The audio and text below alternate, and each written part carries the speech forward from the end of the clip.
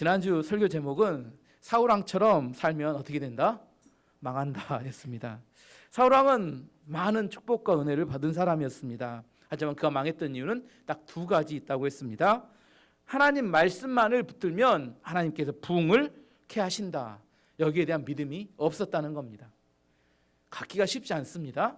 하나님 말씀만을 붙들면 하나님께서 부흥케 하신다.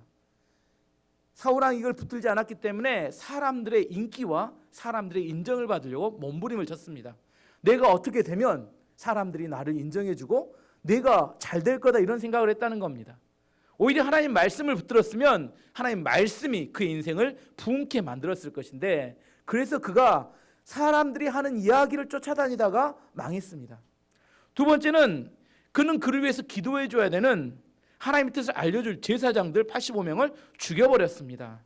나중에 하나님 뜻을 물어야 되는데 하나님 뜻을 물어볼 만한 사람들이 없었기 때문에 누굴 찾아갔어요?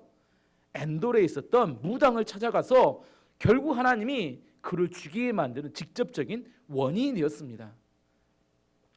사울처럼 살면 망합니다. 자기 인생에 어떻게 디자인하느냐, 내가 중요한 디자인을 해야 합니다. 오늘 제목은 뭐냐면 다윗 왕처럼 살면 부흥한다 이야기입니다. 부흥하고 싶으시죠? 그러면 다윗 왕처럼 사시면 됩니다. 부흥을 하고 싶은데 사울 왕처럼 사는 사람이 너무 많아요.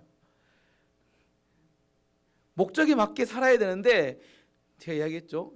콩 심으면 콩이 나고 팥 심으면 팥이 납니다. 콩을 집어넣고 팥이 나기를 기대합니다. 사울 왕처럼 살면서 다윗 왕처럼 열매를 맺기를 원한다는 거예요. 앞뒤가 안 맞습니다. 오늘 어떻게 다윗은 살았는지 살펴볼 수 있었으면 합니다. 다윗 왕은 이스라엘의 최전성기를 만들었던 왕입니다. 그 전 다윗 왕 시절 이전에는 이스라엘은 주변 나라들의 나라로도 취급을 못 받았습니다. 나라로 인정을 못 받았어요. 그리고 틈만 나면 와서 약탈을 해갔어요. 약탈을 해서 뺏어갔습니다. 하지만 다윗 때 돼서 이제 나라가 부강하게 되고 주변 나라들을 정복해서 주변 나라에서 다 조공을 받는 그 시대 근동에서 최강대국으로 우뚝 서게 됩니다. 부강해지고 강대국이 되면 그게 전부냐? 이스라엘은 그런 나라가 아니었어요. 이스라엘은 두 번째 중요한 이야기는 뭐냐면 다윗 시대 이스라엘에게 있어서 두 번째 중요한 게 뭐냐면 주변 나라들의 존경과 부러움의 대상이 되었던 나라였다는 겁니다. 힘이 세다고 강대국이 아닙니다. 의로움이 있어야 돼요. 의로움. 힘이 엄청 센데 왕은 호의호식한데 백성들은 그 왕의 학정에 시달려서 불평과 원망이 가득하다면 그것은 의로운 나라가 아닙니다. 그건 하나님이 기뻐하는 나라가 아니에요. 그런데 다윗의 통치 시대에 왕이 행복했을 뿐더러 모든 백성들이 함께 기뻐하고 즐거워했더라. 이게 다윗 시대를 이야기합니다. 이게 이스라엘다운 나라라는 겁니다. 왕이 잘 살고 백성을 착취하는 나라가 아니라 왕이 하나님의 말씀대로 살았고 통치했기 때문에 그 모든 백성들이 행복하고 기뻤더라. 이것이 하나님이 원하시는 하나님의 나라의 특징인데 그게 언제 이루어졌어요? 다윗 시대에 그게 이루어졌습니다. 그래서 이스라엘 백성들 그 후대에 이스라엘 백성들의 꿈은 뭐냐면 다시 어떻게 하면 다윗과 솔로몬의 시대로 돌아갈 수 있을 것인가. 이것이 그들의 주제였어요. 우리가 어떻게 하면 다시 다윗과 솔로몬의 시대가 서로 돌아갈 수 있을 것인가. 이건 부강해진다. 이걸 뛰어넘는 이야기입니다. 부강해진데 왕만 행복하고 백성들이 불행하다면 그건 절대로 다윗 시대, 하나님의 백성의 시대가 하나님의 나라의 특징이 아니라는 겁니다. 부강함과 동시에 의로운 통치가 있어야 합니다. 다윗 시대가 의로운 통치가 이루어진 가장 큰 특징은 뭐냐면 하나님의 말씀에서 그 통치가 시작되었다는 겁니다. 하나님의 말씀이 그 시대를 이끌어갔기 때문입니다. 다윗이 이스라엘 왕으로서 그의 통치 철학이 가장 잘 드러나는 것이 시편 23편입니다. 시편 23편 1절 2절을 보면 여호와는 나의 목자이시니 내가 부족함이 없으리로다. 그가 나를 푸른 초장에 누이시며 쉴 만한 물가로 인도하시는도다. 이렇게 말씀합니다. 다윗의 통치 철학이 뭐냐면 나는 이스라엘의 왕이 아니라는 겁니다. 다윗이 생각할 때 자기는 누구냐면 한 마리 어린 양이다 이렇게 생각을 했어요. 다윗은 본인이 정치를 잘하고 무역을 잘해서 이스라엘이 복받는다 이렇게 생각하지 않았다는 겁니다. 목자 대신 하나님과 함께 있기 때문에 본인이 복을 받고 이스라엘이 복을 받는 민족이 된다 이렇게 믿었습니다. 할 수만 있으면 다윗은 이스라엘 백성들을 하나님의 말씀을 먹을 수 있는 푸른 초장으로 인도하기를 원했고, 그래서 그 말씀을 먹고 그 말씀대로 순종하며 살도록 하기를 원했다는 겁니다. 하나님의 말씀을 통하여 이스라엘 백성들이 그 다스림을 받았을 때 이스라엘은 부강해졌고 그리고 강력해졌고 그들은 부유한 그런 삶을 살게 되었습니다. 그 말씀이 오늘 나온 게 오늘 9절 말씀에 11장 9절 말씀이 그걸 이야기합니다. 11장 9절이 뭐라고 이야기하냐면 만군의 여호와께서 다윗과 함께 계셨으므로 다윗은 점점 강해졌습니다. 이렇게 이야기합니다. 다윗이 왜 강해졌다고요? 만군의 여호와께서 함께 계심으로. 다윗이 똑똑해서 전쟁을 잘해서 장사를 잘해서 내가 너무 소환이 좋아서 그래서 다윗이 강해졌다고 이야기하는 게 아니라 하나님께서 다윗과 함께 계심으로 다윗이 강해졌다 이렇게 오늘 본문은 이야기하고 있습니다. 이제 다윗의 인생에 대해서 한번 살펴보도록 하겠습니다. 다윗은 지극히 평범한 아주 이렇게 별 볼 일 없는 아이로 출발합니다. 특별히 아버지 이새에게 있어서는 8아들 중에 가장 대접받지 못했던 별 볼 일 없는 앞으로 성공할 이렇게 가능성이 별로 없는 그런 아들이었습니다. 그래서 사무엘 선지자가 집에 이제 신방 왔죠. 신방 왔습니다. 신방 왔는데 다른 모든 7아들은 다 불러놓고 누구만 안 불렀어요? 너는 그냥 양쳐, 별 중요하지 않으니까.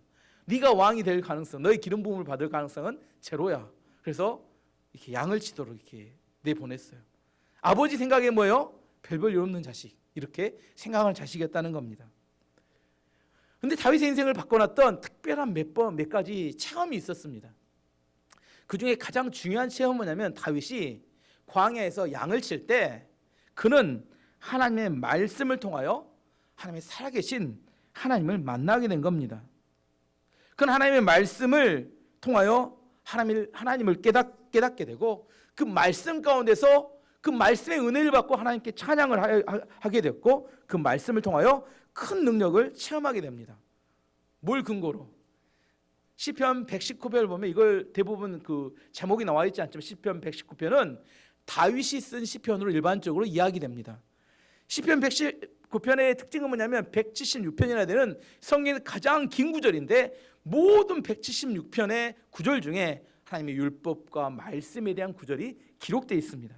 그가 이 시편 119편에 얼마나 말씀을 사모하고 말씀을 묵상하고 말씀을 통하여 그 은혜를 받았는지를 자세히 묘사하는 제가 한 9개의 구절을 가져왔습니다. 시편 119편 1절 2절을 보면 그 시작을 이렇게 합니다. 행위가 온전하여 여호와의 율법을 따라 행하는 자들은 복이 있으며 여호와의 증거를 지키고 전심으로 여호와를 구하는 자는 복이 있도다. 119편에 어떤 사람이 복이 있느냐, 어떤 사람이 복이 있느냐 이것에 대해서 다윗은 이렇게 정의합니다. 여호와의 율법을 행하는 자, 그가 복이 있고 여호와의 증거를 지키는 자, 그가 복이 있다 이렇게 이야기합니다.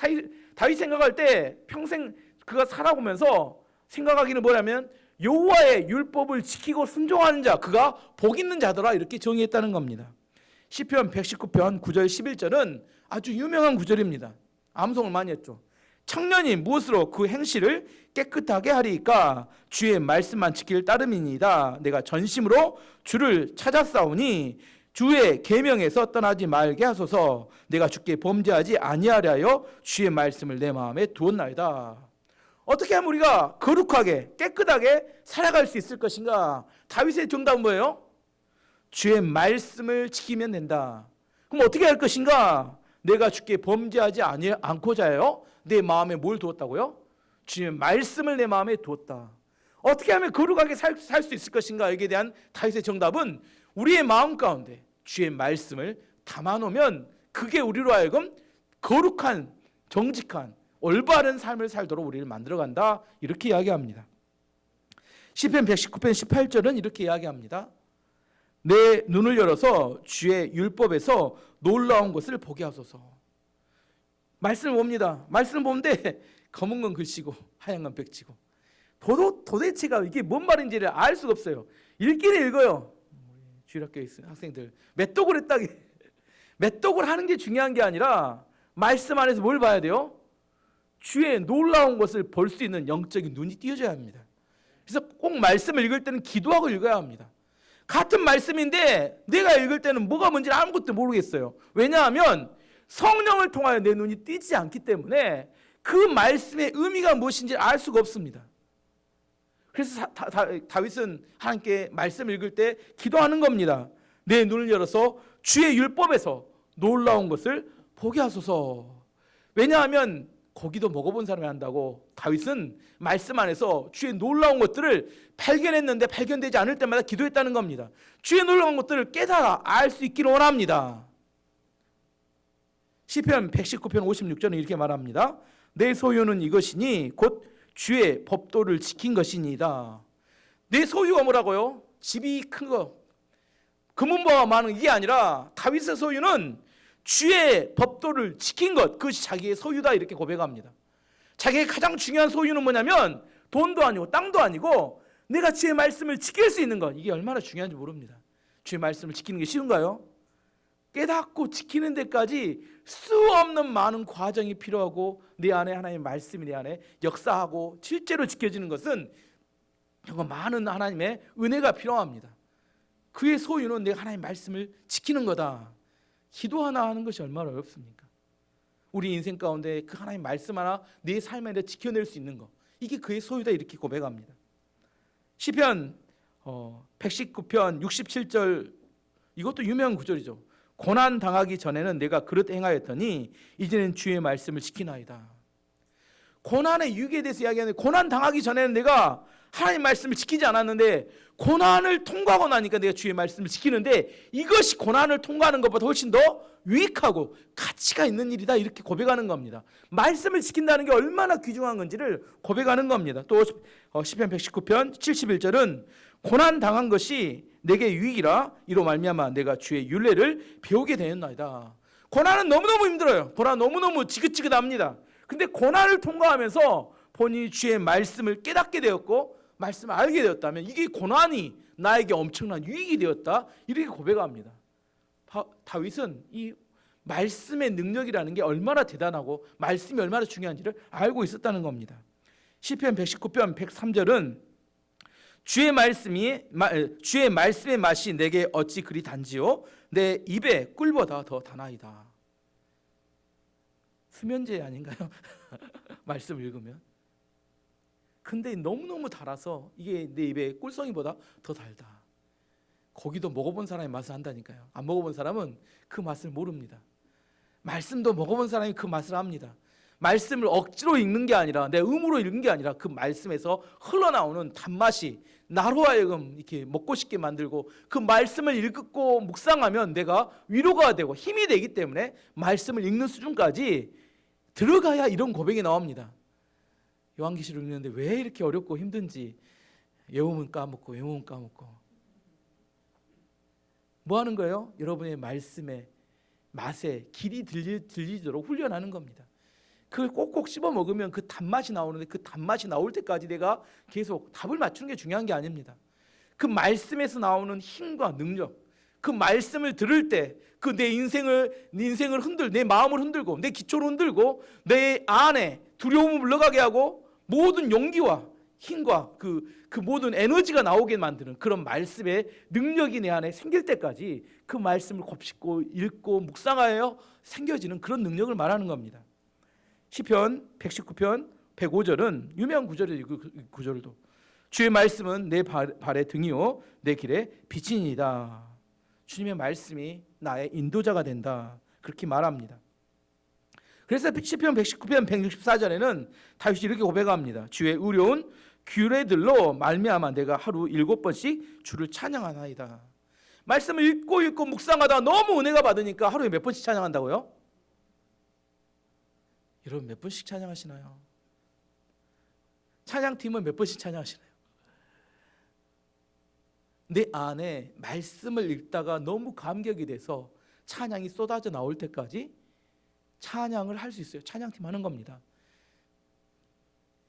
주일날 아침에 허겁지겁 먹어서 아무 생각 없이 왔다가 그때 어떻게 해보려고 하면 그게 안 되는 겁니다.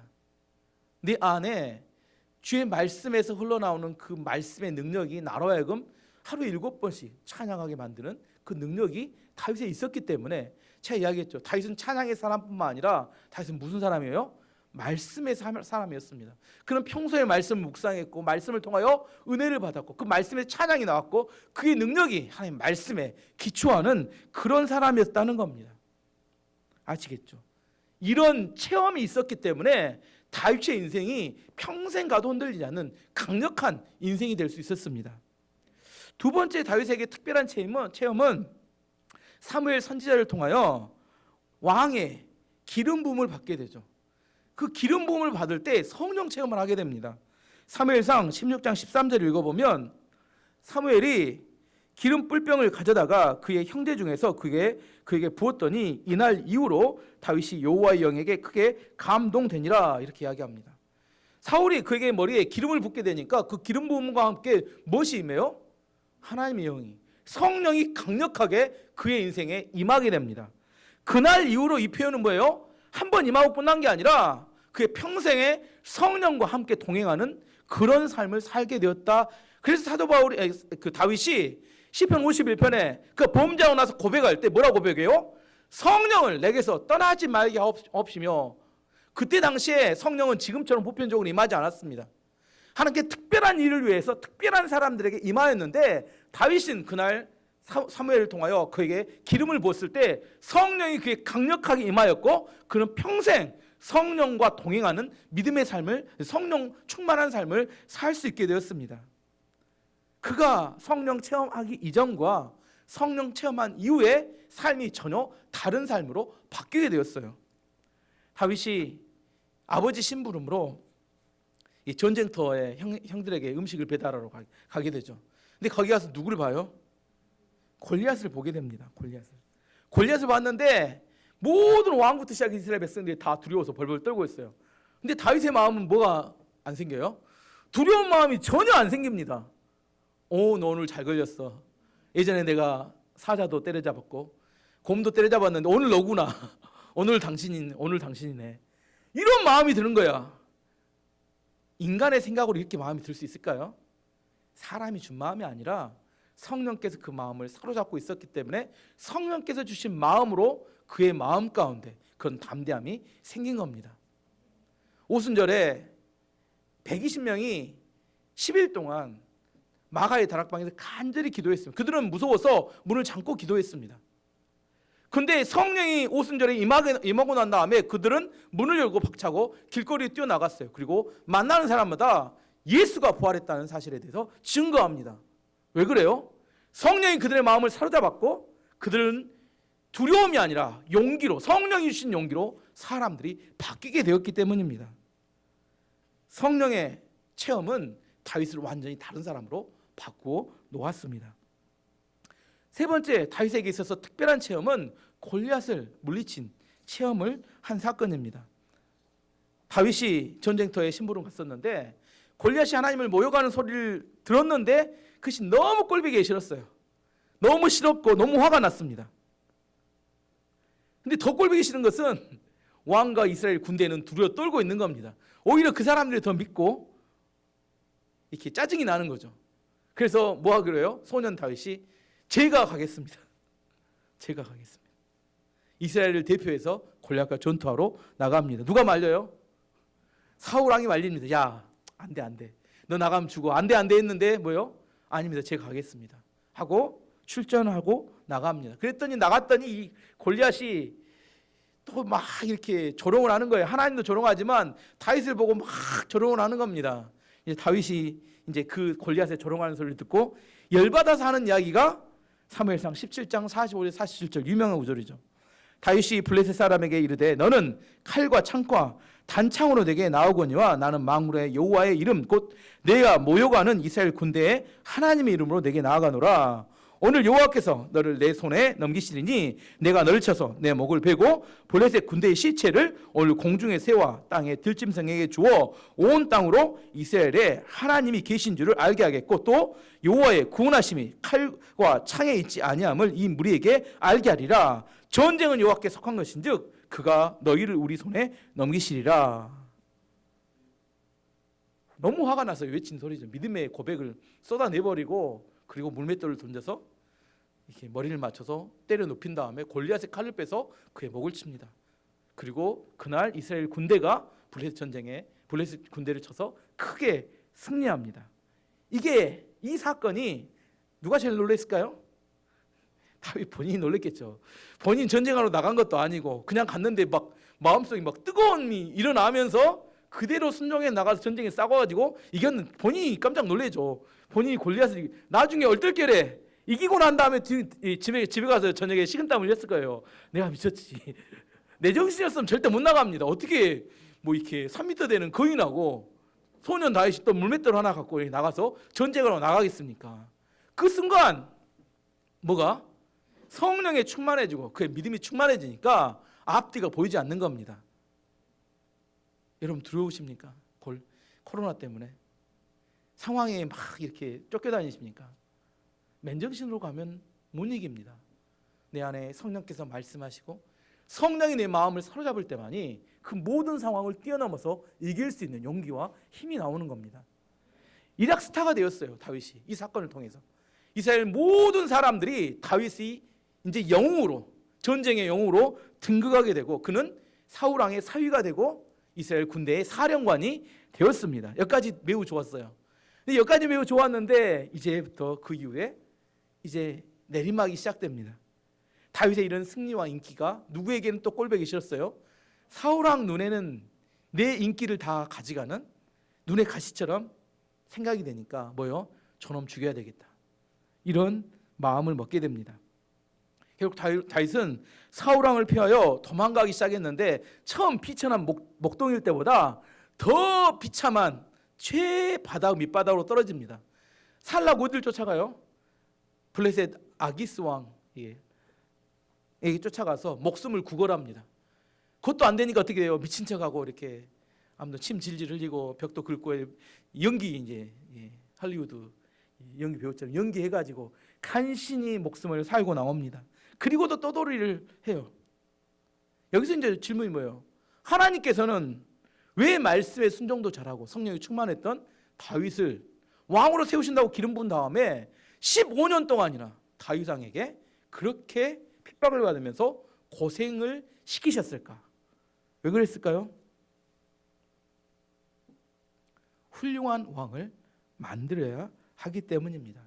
15년은 훌륭한 왕을 만드는 훈련 시간이었습니다. 다윗에게 있어서 15년 동안 가장 많이 했던 것은 뭐냐면 이스라엘 백성들, 그 중에서도 가장 비천하고 깨지고 무너졌던 사람들을 만나서 그들과 함께 공동생활하는 거였어요. 그러면 뭘 배워요?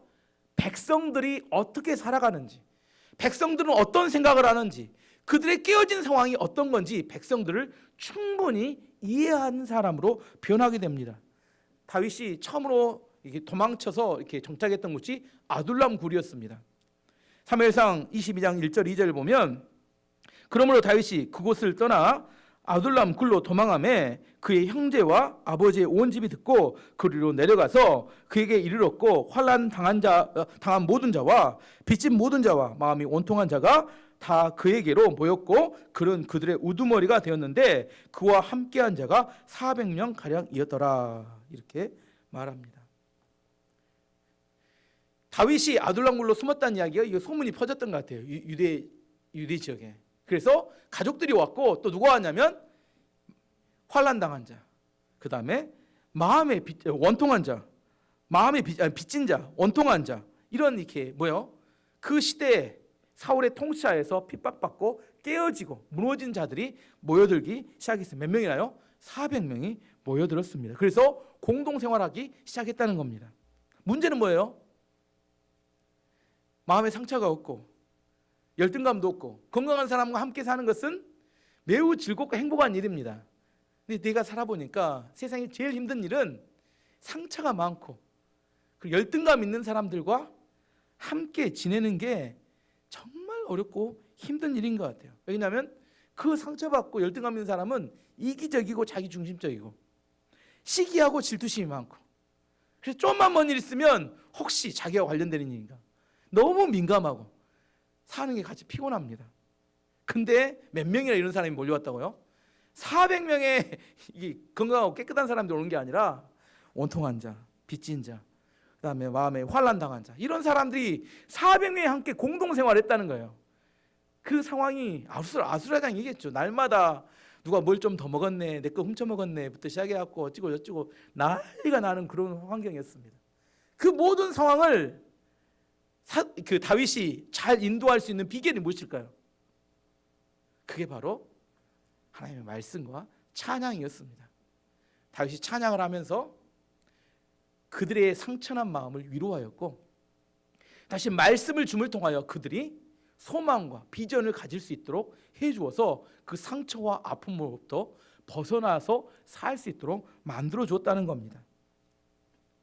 왜 하나님께서 이런 사람들과 함께 살도록 해요? 이스라엘 왕이 된다는 것은 그 백성 가운데 이런 자들이 많다는 겁니다. 원통한 자, 상처받고 빚진 자, 환난 당한 자, 이런 사람들이 많아요. 그들을 잘 인도하기 위해서는 이들과 함께 살고 그들을 잘 선도하고 인도하는 것을 배워야 한다는 겁니다. 나는 네와 맞지 않은 게 너하고는 같이 못 살겠어. 본인 혼자는 괜찮습니다. 하지만 지도자는 아닙니다. 지도자란 그런 사람들을 품고 하나님의 말씀과 찬양으로 잘 인도하는 자가 그들의 지도자입니다. 정말 아이러니한 것은 이 처음 400명, 오늘 본문에 나옵니다. 후에 나옵니다. 이 400년 가운데 이스라엘을 인도할 지도자들, 영웅들이 많이 배출됐다는 겁니다. 사도 바울이 이렇게 어쩌면 세상을 보면 쓰레기죠. 버림받은 자들, 이런 자들에게 말씀과 찬양을 통하여 그들을 올바르게 세워주었고 그들 안에서 하나님의 나라에 쓰임받는 귀한 일꾼으로 자라고 성장했다는 겁니다. 15년 동안 다윗은 죽을 고생을 합니다. 어려운 환경 속에서 이스라엘 백성들을 이끌고 다녀야 돼요. 먹을 양식이 없으니까 그들을 살리기 위해서 정말 이렇게 블레셋 왕 아기스에게 가서 구걸하고 그런 일도 했습니다. 하지만 다윗은 그 15년 동안에 이스라엘 왕으로서 배워야 될 모든 것들을 배우는 시간이었다는 겁니다. 가장 밑바닥에 처해질 때 우리는 생각하죠. 하나님이 왜 저를 이렇게 힘들고 어려운 상황에 두십니까? 왜 두신다고요?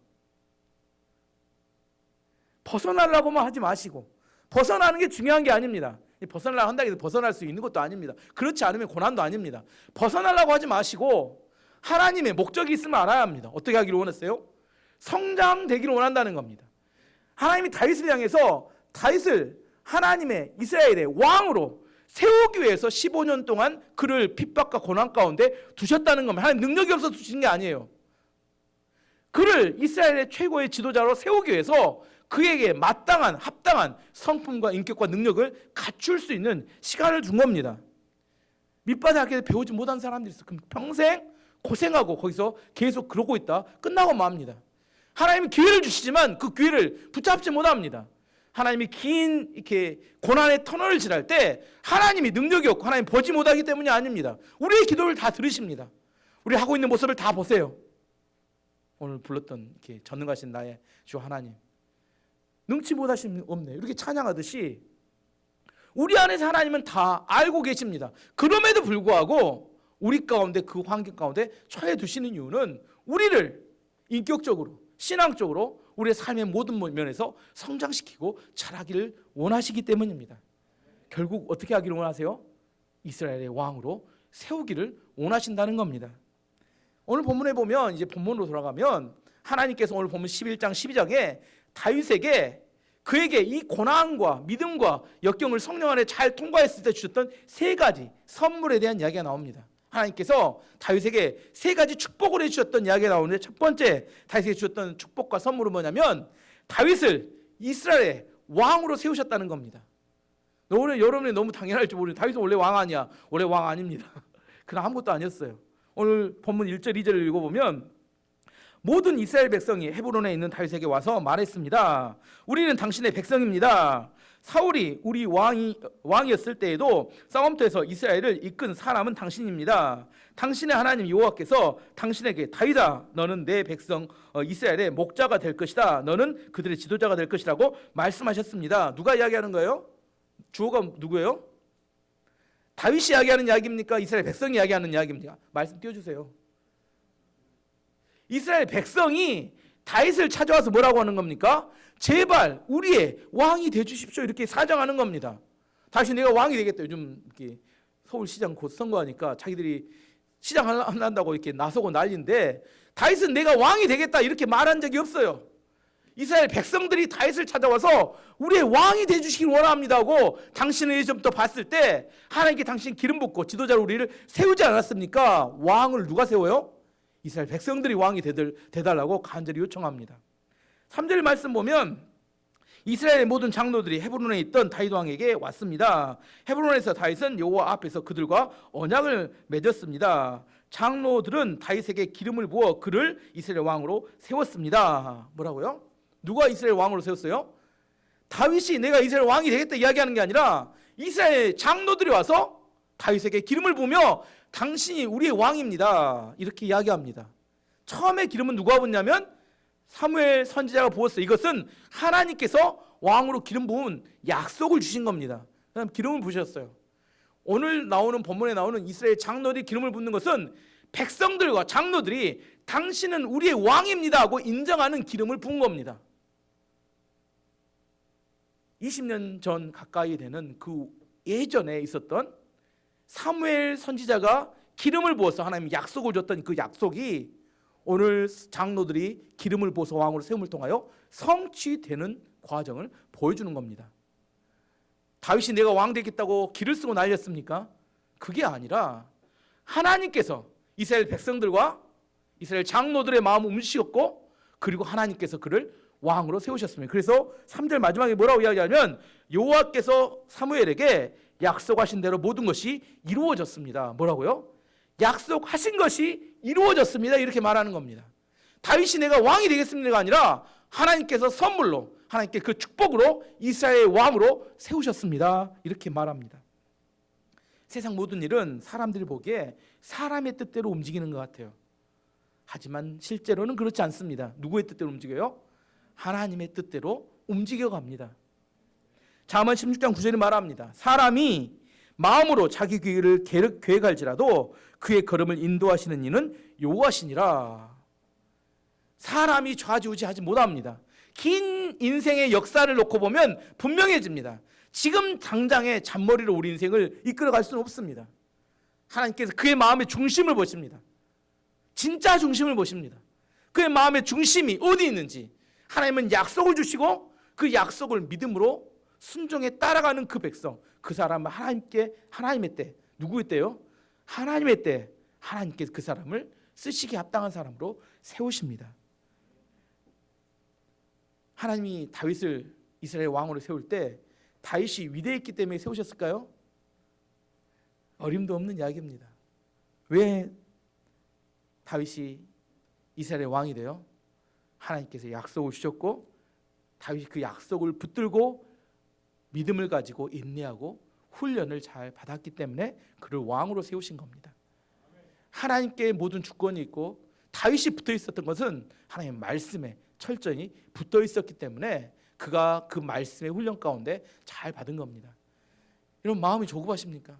요즘 왜 하나님의 말씀을 못 믿고 여러분이 본인의 상황이 흔들리면 마음이 조급할 수밖에 없습니다. 하나님 말씀의 약속을 붙들고 그 말씀의 약속을 붙들고 믿음을 가지고 인내하고 기다려야 합니다. 그때 우리는 기쁨과 감사와 평안을 가지고 우리의 마음이 이루어져야 돼요. 조급하다면 내 욕심이 나를 이끌어가기 때문입니다. 육신의 열매들이 내 삶을 통하여 맺어가는 겁니다. 내가 뭘 하기를 원하기 때문에 이게 내 마음을 깨뜨리고 무너지게 만드는 겁니다. 하나님께 기도하지 않고 내가 내 원하는 대로 자꾸 이렇게 조작을 하기 때문에 조절하고 내가 컨트롤하기 원하기 때문에 내 마음이 무너지고 하나님의 역사가 이루어지는 게 아닙니다. 시간이 점점 길어질 뿐이에요.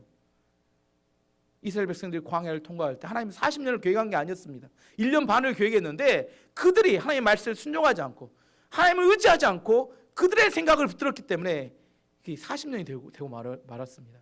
우리 인생 가운데도 마찬가지입니다. 정말 믿음은 하나님 말씀을 믿고 신뢰하고 따라가다 보면 그 말씀이 이루어집니다. 그것이 최단기간이에요. 요셉을 보면 요셉 인생 가운데 요셉은 이렇게 17살에 그가 노예로 잡혀가죠.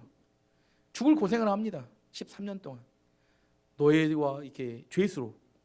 근데 그 표현 중에 성경 어디에도 그가 초조하거나 조급하지 않았다, 조급했다 이런 표현이 없습니다. 그는 항상 하나님과 함께 있기 때문에 형통했다. 이게 계속된 요셉에 대한 증언이고 고백입니다. 그는 약속이 있었기 때문에 그 약속을 붙들었습니다. 근데 나이 30살에 애굽의 총리가 됐어요. 지금 나이 30에 총리가 되기 쉬운가요? 그때도 쉽지 않습니다. 그때는 더 오래 살던 시절이었는데도 나이 30에 애굽 총리가 됐어요. 왜?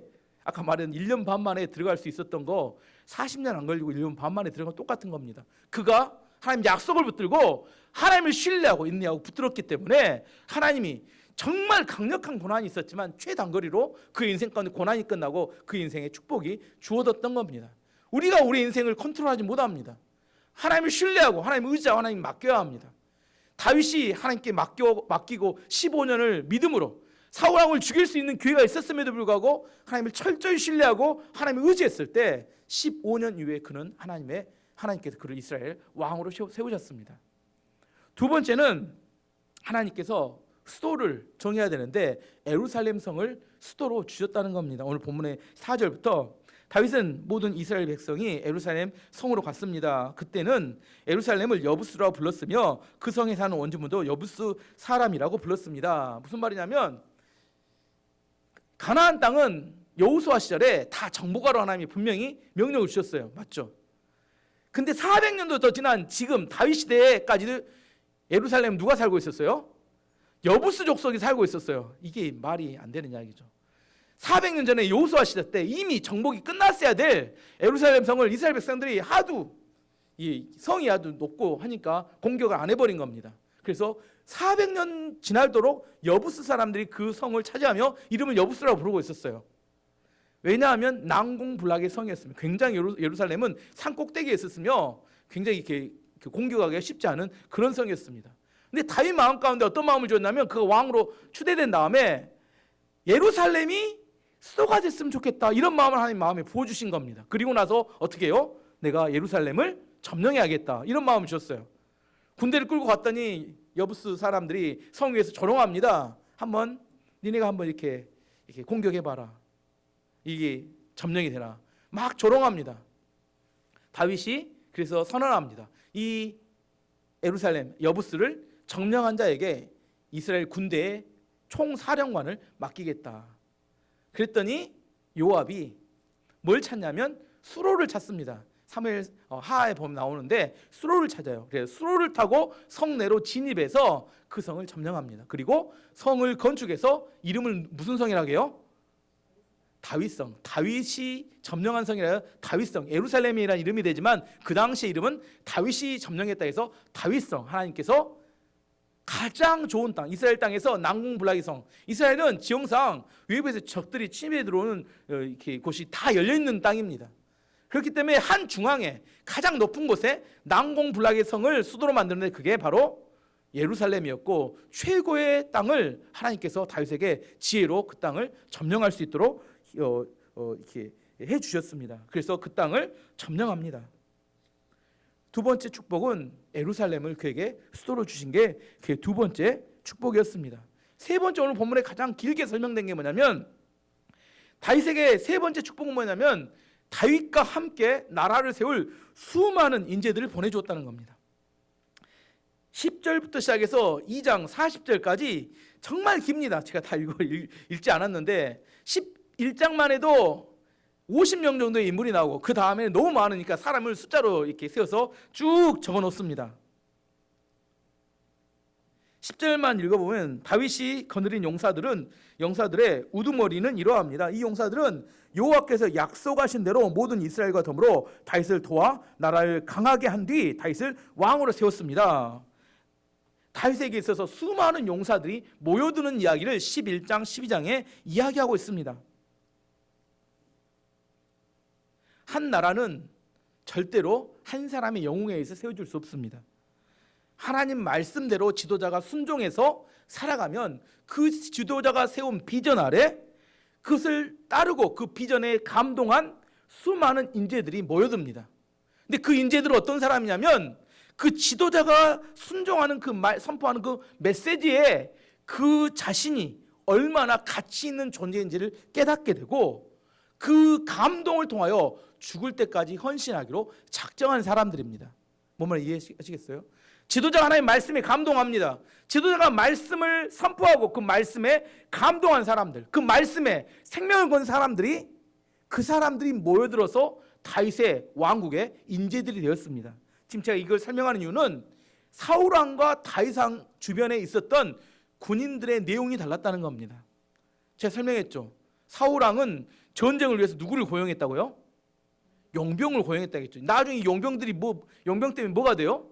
그 월급 때문에 결국 하나님의 말씀을 불순종하는 이유가 되었습니다. 돈 주고 샀기 때문에. 근데 다윗 주위에는 어떤 사람이 있었어요? 다윗이 선포한 하나님 말씀에 감동이 되어서 그 말씀을 붙들고 하나님 나라를 세우겠다는 헌신된 사람들, 생명을 걸어 헌신된 사람들이 모여들었기 때문에 다윗이 하나님 말씀에 헌신하면 헌신할수록 더욱더 그 공동체는 강력하게 하나가 되어가고 있었습니다. 그래서 이 얼마나 그들이 충성스러웠는지를 보여준 애가 16절에 19절 사이에 한 가지 사건을 이야기하죠. 다윗이 아둘람에 진치고 있었고 블레셋은 이렇게 베들레헴에 진을 치고 있었습니다. 군대가 직결되어 있었어요. 근데 베들레헴은 다윗의 뭐예요? 고향이죠. 고향. 아니요, 잘 모르신가요? 다윗의 고향이 베들레헴입니다. 베들레헴이 고향이에요. 근데 고향에서 뭐 했을까요? 어렸을 때? 양을 쳤어요. 양을 치면서 양들에게 뭘 먹여요? 물을 먹였습니다. 그래서 베들레헴에는 우물이 있고 우물에서 자기가 어렸을 때 시원한 물을 마시며 양들을 쳤던 기억이 있습니다. 근데 아둘람은 우물이 없는 지역이에요. 아둘람에 있으면서 다윗이 갑자기 목이 말랐습니다. 그래서 혼잣말로 하는 겁니다. 내가 이렇게 베들레헴 성문 앞에 있는 우물에 있는 그 물을 한번 마셨으면 좋겠다, 이런 이야기를 하는 겁니다.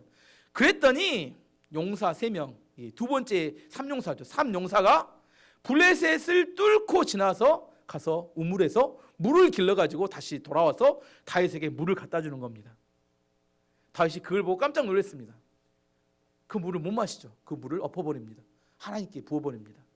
이것은 단순히 물이 아니라 이 자기의 부하들의 피와 똑같은 것이기 때문이다 하고 회개합니다. 이게 회개하는 내용입니다. 내가 내 욕심, 이게 갈증 때문에 욕심을 부리다가 잘못했으면 내 부하들의 생명을 잃을 뻔봤다.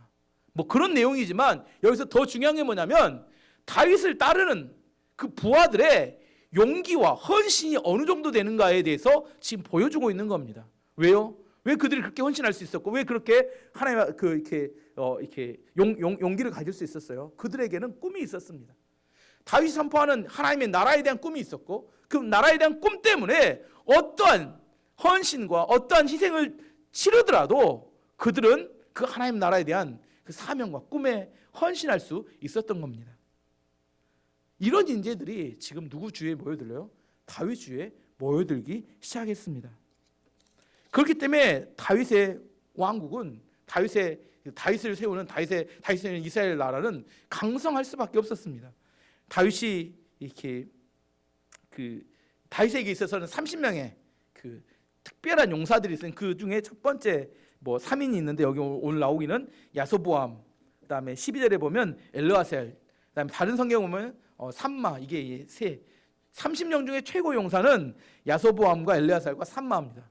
두 번째 이렇게 이제 이 사람이 첫 번째 3명이고 두 번째 3명은 오늘 아까 베들레헴에 물을 길러 왔던 3명. 첫 번째는 아비세, 두 번째 분하야, 세 번째 이름이 나오지 않는 이 3용사가 있었습니다. 어쨌든 11장에는 50명의 다윗의 최정예 부대, 그 중에 누가 나오냐면 40절 보면 1장 41절 보면 누가 나오냐면 햇사람 우리아가 나와요. 햇사람 우리아. 아시죠? 우리아가 누구예요? 밧세바의 아내, 남편이에요. 아내가 아니라 남편이었죠. 밧세바의 남편인데 우리아가 41절 햇사람 우리아도 이 50명의 용사 중에 한 명이었습니다. 12장에는 이제 어떤 내용이냐면 12장에는 이제 다윗이 이렇게 그 전쟁을 다윗을 이렇게 사울 왕을 피해가면서 어느 지역에 머물 때마다 그 지역 사람들이 그 지역 이스라엘 백성들이 용사들이 모여드는 이야기를 하는데 12장 1절 2절을 보면 다음은 다윗의 기스의 아들 사울에게 쫓겨 다닐 때 시글락으로 다윗을 찾아온 사람들입니다. 그들은 싸움터에서 다윗을 도운 용사들이기도 합니다. 그들은 활을 가지고 다녔고 화살을 쏠 때나 물맷돌을 던질 때 양손을 다 사용할 줄 알았습니다. 그들은 베냐민 지파 사람으로서 사울의 친척들입니다. 여기서 어디 시글락이란 땅을 이야기합니다. 다윗이 시글락에 있을 때 이것이 사무엘 상하를 잘 읽어봐야 아는 느낌이 오는 내용이 시글락은 어떤 땅이냐면 혹시 아세요?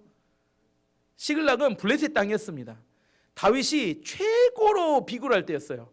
다윗이 사울왕에 피하다 못 피하 너무 지쳐서 이렇게 블레셋 왕 아기스에게 몸을 의탁합니다. 목숨만 살려주면 충성하겠습니다. 그랬더니 이렇게 아기스 왕이 블레셋 왕 아기스 왕이 시글락이라는 땅을 네가 거기가 살아. 그리고 우리가 전쟁할 때 꼭 와서 내 말 잘 들어야 돼. 이렇게 해서 줬던 땅이 시글락이었고 그렇기 때문에 다윗이 최고로 불안하고 힘들 때를 이야기합니다. 근데 그때 누가 와요? 베냐민 지파의 사울의 친척들 그 중에서 용사들이 왔습니다. 왜 사울의 친척들이 왔을까요? 시글락에 있는 다윗을 찾아서 사울 왕의 폭정에 지치다 못해서 친척들조차도 이제 이탈하기 시작한 겁니다. 그 다음에 이제 다윗에게 몰려들었던 사람들의 이름이 쭉 나옵니다. 그리고 8절부터 22절까지는 다윗이 초창기 8절 읽어보면 갓 지파의 사람 중에 광야에 요새에 있었던 다윗을 찾아온 이들이 있었습니다. 그들 역시 전쟁에 익숙한 용사들이었습니다. 따라서 방패와 창을 다룰 뿐 아니라 사자처럼 사나웠으며 산의 노루처럼 빨리 달렸습니다. 이 광야에 요새에 있을 때 이게 초창기에 아둘람 굴에 있을 때의 상황을 이야기한다고 이야기합니다. 그때 사람들이 모여들기 시작했어요. 그들이 오자 다윗은 무서웠습니다. 용사들이 갑자기 너무 좋은 용사들 오는 겁니다. 다윗이 이야기합니다. 뭐라고 이야기하면 혹시 너희들 사울왕이 보낸 간첩 아니냐? 혹시 간첩이면 너네 하나님이 벌 내리실 거야. 이렇게 이야기합니다. 좋게 말해. 진짜로 진짜 마음을 갖고 오는 건지 뭐 이렇게 신천지처럼 유장해서 오는 건지. 그랬더니 그들이 뭐라고 고백해요? 18절에 아미새가 그 성령이 충만해서 이렇게 고백합니다. 그때 30인 용사의 지도자 아미새에게 성령이 들어갔습니다. 아미새가 말했습니다. 다윗이여 우리는 당신의 사람입니다. 이새의 아들이여 우리는 당신과 함께 있습니다. 당신의 하나님께서 당신을 돕고 계시니 평강이 당신에게 있기를 바라며 또한 당신을 돕는 이들에게 평강이 있기를 바랍니다. 아미새가 성령이 충만해서 이야기합니다. 당신은 하나님께서 함께 계시기 때문에 이렇게 이야기합니다. 그를 찾아온 사람들이 뭘 봐요? 다윗을 왜 찾아왔어요? 다윗이 현재 용감하고 다윗이 뛰어나고 말을 잘하기 때문에 찾아온 게 아니라 다윗이 하나님과 함께 하나님이 그를 돕고 있고 하나님이 그와 함께 역사하기 때문에 사람들이 몰려들고 있었다고 이야기하는 겁니다. 지도자에게 중요한 건 뭐예요? 하나님이 그와 함께함이 삶을 통하여 드러나야 합니다. 그가 하는 일과 사역을 통하여 하나님의 역사하심이 드러날 때 그러면 사람들이 모여듭니다. 뭐 때문에요? 다윗 때문에 모여드는 게 아니라 그와 함께 역사하시는 하나님을 보고 사람들이 모여들기 시작한다는 겁니다. 이게 지도자가 되는 과정입니다. 그래서 어떻게 돼요? 22절에 보면 12장 22절에 보면 날마다 더 많은 사람들이 다윗을 따랐습니다. 그래서 그의 군대는 하나님의 군대와 같은 큰 군대가 되었습니다.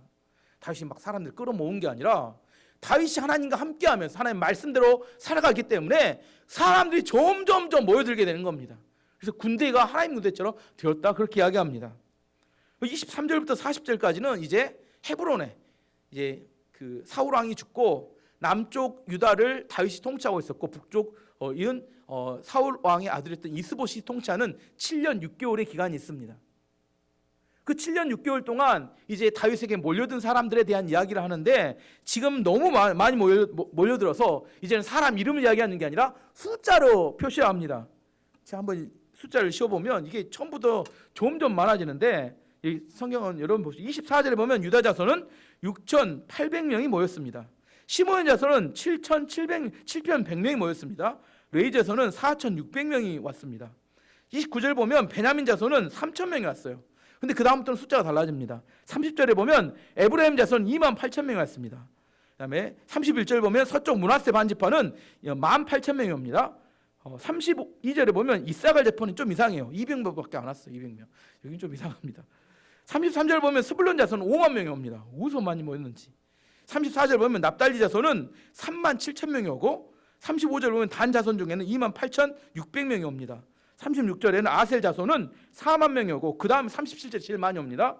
요단강 동쪽의 루본 자손과 각 자손과 므낫세 지파에서는 12만 명이 온갖 무기를 가지고 왔습니다.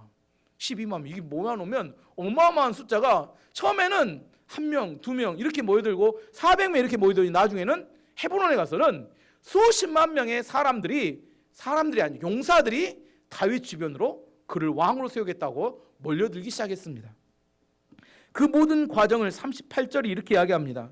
이 모든 군인들은 싸울 준비를 한 뒤 다윗을 이스라엘 왕으로 세우려는 단 한 마음으로 나왔습니다. 이 많은 수십만의 사람이 마음이 한 가지였다는 거예요. 뭐요? 다윗을 왕으로 세우겠다. 다른 이스라엘 백성도 다윗을 왕으로 세우기를 원했습니다.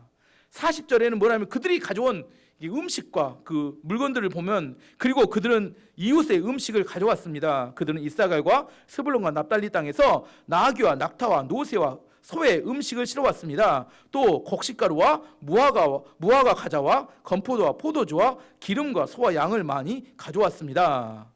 그랬더니 마지막 결과가 뭐냐면 이스라엘 백성 가운데 기쁨이 넘쳤습니다. 제가 이 길게 이걸 설명한 이유는 이걸 뭐라고요? 이걸 부흥이라고 합니다. 부흥이 뭐냐? 뭐 사람 모이는 거냐? 그게 부흥이 아닙니다. 부흥은 하나님이 시작하셔야 돼요. 하나님께서 말씀에 순종했던 다윗을 왕으로 세우고, 다윗의 온전한 하나님의 통치가 이루어질 때 그 주변에 누가 모여요? 하나님이 그 역사 가운데 헌신하기를 원하는 수십만 명의 인재들이 모여들게 됩니다. 수많은 음식이 모여들게 돼요. 그리고 그들 안에 이스라엘 백성 가운데 기쁨과 즐거움과 평안과 안식이 흘러넘치는 것, 이걸 부흥이라고 합니다. 우리가 추구하는 부흥은 바로 이런 걸 말하는 겁니다. 사람들 끌어모으고, 사람들 모여서 교회 사람 많이 모으고, 많이 모여봤자 코로나만 잘 걸려요. 차라리 요즘 보면서 우리 성도가 몇 명 안 돼서 참 다행이다. 많았으면 코로나만 위험해서 이거 참 곤란했을 것 같은데, 그런 생각합니다. 많이 모이는 게 중요하지 않다니까요.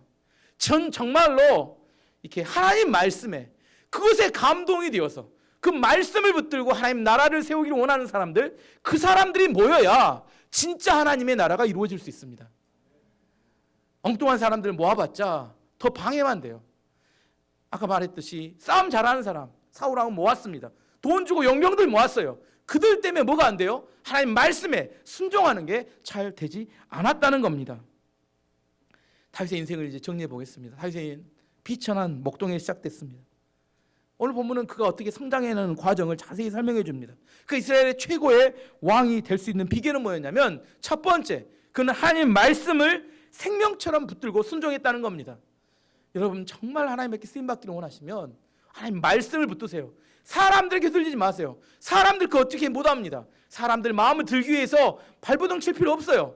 사람 왔다 가도 가고, 또 없는 사람도 모여집니다. 뭐하면 하나님 말씀이 그의 인생을 붙들게 되면 그가 선포하는 말씀을 중심으로 사람들은 모여지게 됩니다. 두 번째는 다윗의 성공의 비결은 성령의 충만함이었습니다. 그 성령에 충만해졌을 때 하나님께서 그를 통하여 놀라운 용기와 능력을, 그를 성령의 능력을 통하여 나타나게 되었습니다. 성령의 충만함을 갈구해야 합니다. 성령의 인도하심 앞에 내 삶을 내어놔야 합니다. 내 생각과 내 말과 내 행동으로 살아가는 게 아니라 성령께서 인도하시는 대로 그대로 따라 살아가야 합니다. 그리고 세 번째는 15년 동안 하나님 주셨던 인내의 훈련을 믿음으로 잘 견디며 받았다는 겁니다. 하나님 우리 훈련하십니다. 하나님 우리 가운데 약속을 주셨다고 한 번에 이루지 않으세요. 그 훈련의 과정 가운데 내 믿음과 인내를 가지고 그 앞에 내가 내 자신을 내어드려야 합니다. 하나님만 온전히 의지해서 하나님이 나를 가루로 만드시고 다시 빚어가실 때, 재창조하기를 원하실 때 내가 빚어져야 합니다. 내가 깨져야 돼요. 나를 붙들고 있으면 안 됩니다. 그때 내가 완전히 가루가 돼서 부서진 다음에 하나님이 나를 만드실 때, 그때 하나님이 나를 이스라엘 왕으로 만드시고 나를 지도자로 만드시고 나를 그 시대에 하나님의 축복의 통로로 만들어 가신다는 겁니다. 그렇게 하나님 앞에 순종했기 때문에 다윗이 축복받고 그 시대가 부흥의 시대, 그 어떤 시대보다 비교할 수 없는 가장 부러운 그런 시대가 되었습니다. 참 우리 교회가 그러기를 원합니다. 누가 우리 교회에 뭐라고 하든지 상관없습니다. 수가 몇 명 뭐니 중요하지 않습니다. 다윗처럼 살아가면 하나님이 다시 그런 시대를 일으킬 수 있습니다. 우리 마음 가운데 하나님, 제가 다윗처럼 되기를 원합니다. 그리고 여러분 다윗을 묵상하고 다윗을 연구해 보세요. 여러분의 벤치마킹의 모델을 다윗처럼 살아보세요. 다윗이 나와 있는 성경을 읽고 다윗이 깨달았던 말씀과 묵상하면서 내 마음엔 저도 하나님 다윗처럼 되기를 원합니다. 하나님 그 사람을 그 시대에 다윗처럼 쓰실 만한 인물로 만드십니다. 엉뚱한 건 사울 바라보면서, 세상의 욕망 바라보면서 나는 다윗의 축복만을 받기로 하면 어림도 없습니다. 왜 우리가 되지 않느냐? 마음은 다윗처럼 축복받기를 원하지만 실제 삶은 다윗을 묵상하지 않고 다윗처럼 살아가는 게 무엇인지 이해하지 못하기 때문이라는 겁니다. 하나님이 죽으시지 않으셨습니다. 하나님도 지금 살아계시고 얼마든지 다윗처럼 우리 인생을 바꾸실 수 있는 분입니다. 여러분 믿으십니까? 여러분 인생 가운데 다윗처럼 주님, 제가 그런 삶을 살기 원합니다. 하나님 다윗의 인생에 받았던 놀라운 축복과 은혜와 깊이가 내 삶 가운데 그런 깊이가 있는 그런 인생이 되기를 원합니다. 저는 우리 자녀들이 그렇게 되기를 원하고 우리 가정이 그렇게 되기를 원하고 여러분의 가정과 여러분 올해 2021년 안에 여러분의 그런 놀라운 축복과 은혜가 여러분에게 부어지는 놀라운 하나님의 백성과 가정이 되기를 축원합니다.